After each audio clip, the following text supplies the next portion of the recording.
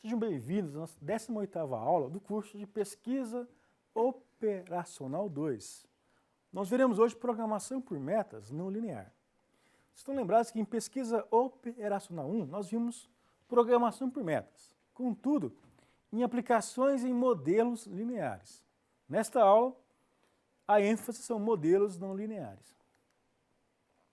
Então, o que vem a ser programação por metas? Lembrando, programação por metas, ou do inglês, Go Programming, é uma técnica da programação multiobjetivo. Digamos assim, é um método dentro da programação multiobjetivo que trata de uma forma bem específica múltiplas funções. E ela foi criada na década de 60 por Charles e Cooper. O que vai acontecer agora, em termos práticos, é que vamos ter o conceito de restrições flexíveis. Que é estranho, né?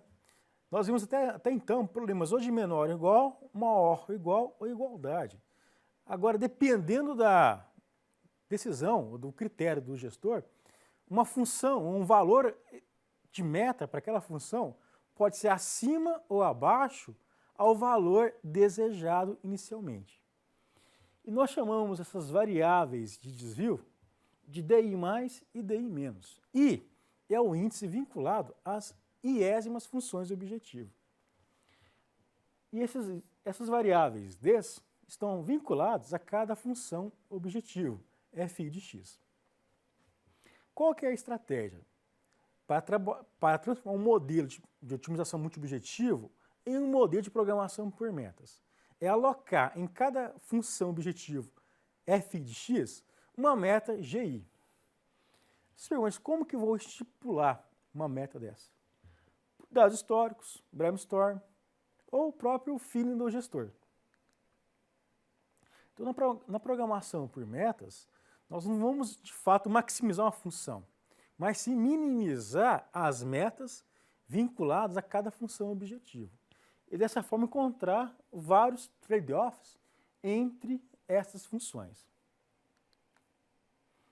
Então, nós temos aqui um modelo clássico de otimização multiobjetivo. Nesse caso aqui seria essa função ou inésimas funções, igual a essa, sujeito a restrições. Esse tipo de restrição é uma restrição rígida ou inflexível, menor ou igual ou maior ou igual. Na GP, vocês podem perceber que tem as variáveis desvios menos DI mais e mais DI menos igual a GI.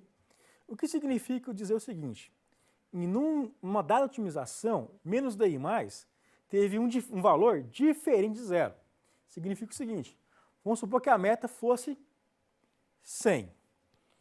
E aqui obtivemos o valor de 20. Então, o valor final da função objetivo, o objetivo GI, a meta GI seria 100. Mas o valor final da função objetivo foi 120. Vamos pensar o inverso. DI menos foi diferente de zero, teve 20. O valor alvo para a função era 100. Só que o valor final da otimização para f de x foi 80. E nós temos também as restrições rígidas, idênticas ao modelo clássico. E o que se busca é minimizar essas variáveis de desvio. O alfa e o beta são pesos que você pode inserir em cada variável de desvio. Com isso, obtendo diferentes soluções alternativas. Nesse caso, somente DI mais ou DI menos, que pode ser diferente de zero ao mesmo tempo. Nunca as duas ao mesmo tempo. E elas devem ser não negativas. Em modelos não lineares ou modelos estocásticos, deve-se adicionar uma outra restrição, que o produto dessas duas variáveis deve ser igual a zero. Então, há 3 cenários possíveis para tratar as metas. Quando o valor final da função, o desejo, é que seja maior do que a meta estabelecida, ou menor do que a meta estabelecida. Ou podemos ter um cenário que o que se deseja tem um valor idêntico, exato, à meta que foi definida para o valor alvo da função objetivo. E esses são os comportamentos que o gestor deve modelar para encontrar cada situação almejada. Os modelos de programação por método não linear são utilizados numa grande massa de problemas em diversas áreas do conhecimento. Aplicações, engenharia civil, engenharia de produção, engenharia química, em problemas militares, dentre outros. Então, trata-se de uma técnica específica para resolver problemas multiobjetivos, conforme eu comentei com vocês. Aqui nós temos um modelo tradicional ou genérico de uma programação por metas não linear. O objetivo é o mesmo, minimizar os desvios em relação a cada meta para a função objetivo. Restrições rígidas ou restrições flexíveis. Conforme eu comentei com vocês, somente uma das variáveis auxiliares pode ser diferente de zero ao mesmo tempo. Vamos recorrer ao mesmo exemplo de Dehringer-Schwick. Nós temos aqui 4 funções objetivo, ambas são funções quadráticas, tudo bem. Vocês podem ver que já foi estabelecido pelo próprio artigo alguns alvos, T1, T2 e T4. Nada mais são que são as metas. Então, já foi definido para cada função objetivo um valor específico para elas. Então, significa que tais valores finais vão ser idênticos ao desejado. Pode haver algumas relações de trade-offs. Então, vou mostrar agora o passo a passo como transformar esse modelo de otimização multiobjetivo em um modelo de programação por metas não linear.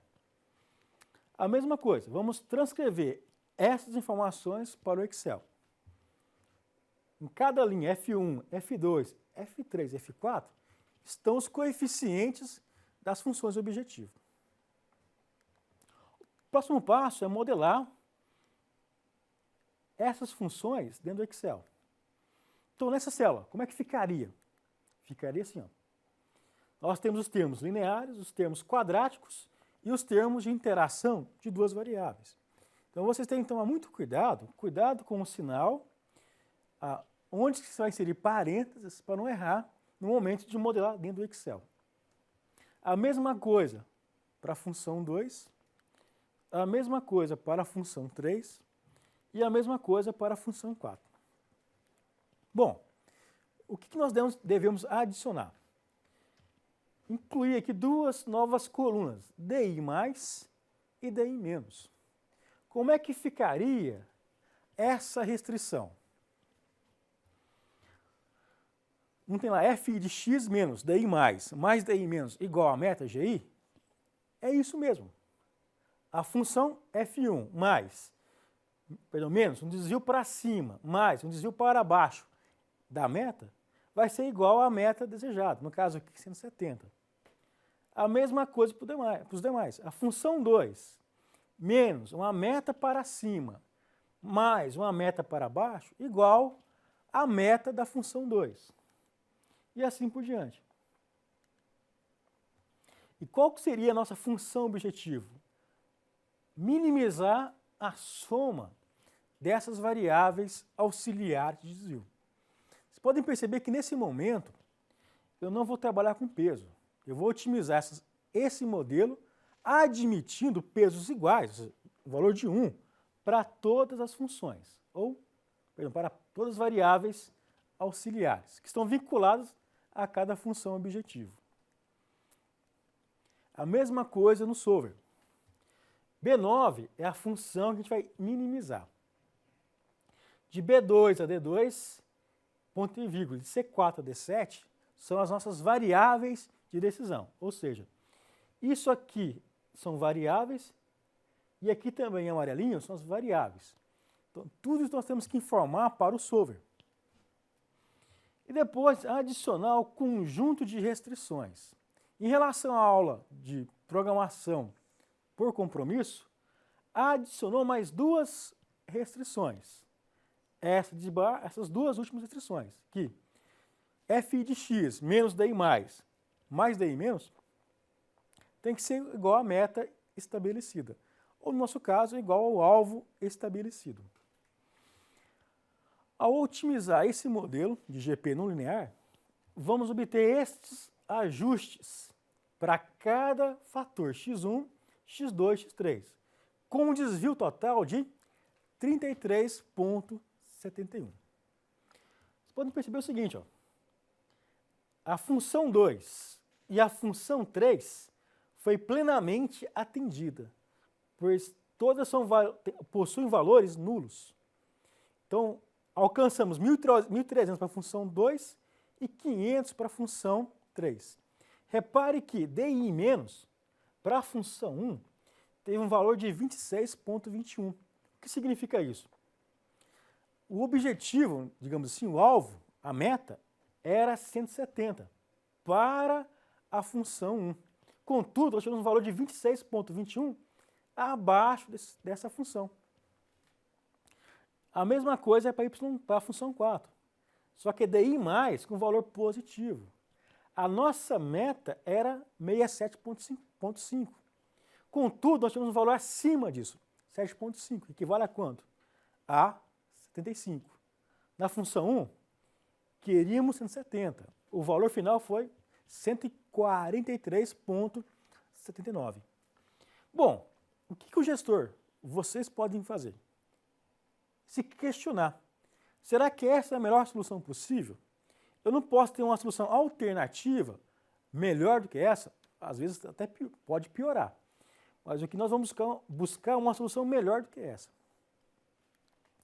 O que eu fiz agora? Ao invés de usar a função soma, eu somei individual cada célula aqui. Fiz o seguinte, vou minimizar o valor, eu quero deixar, qual é o objetivo agora? Atender plenamente o valor de F4. Então, eu coloquei um peso aqui de 10, arbitrado, para o desvio para cima da função 4. Dei mais aqui, vinculado à função 4, um peso de 10. Ao fazer isso, obtive esses novos valores.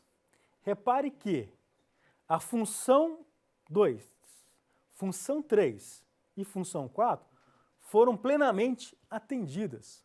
Ocorre que o valor agora do desvio para a função 1 aumentou bastante. Aqui que estão as relações de trade-offs. Você melhora uma função, mas pode piorar outras funções. Como que eu posso observar, determinar que essa solução é melhor do que a anterior?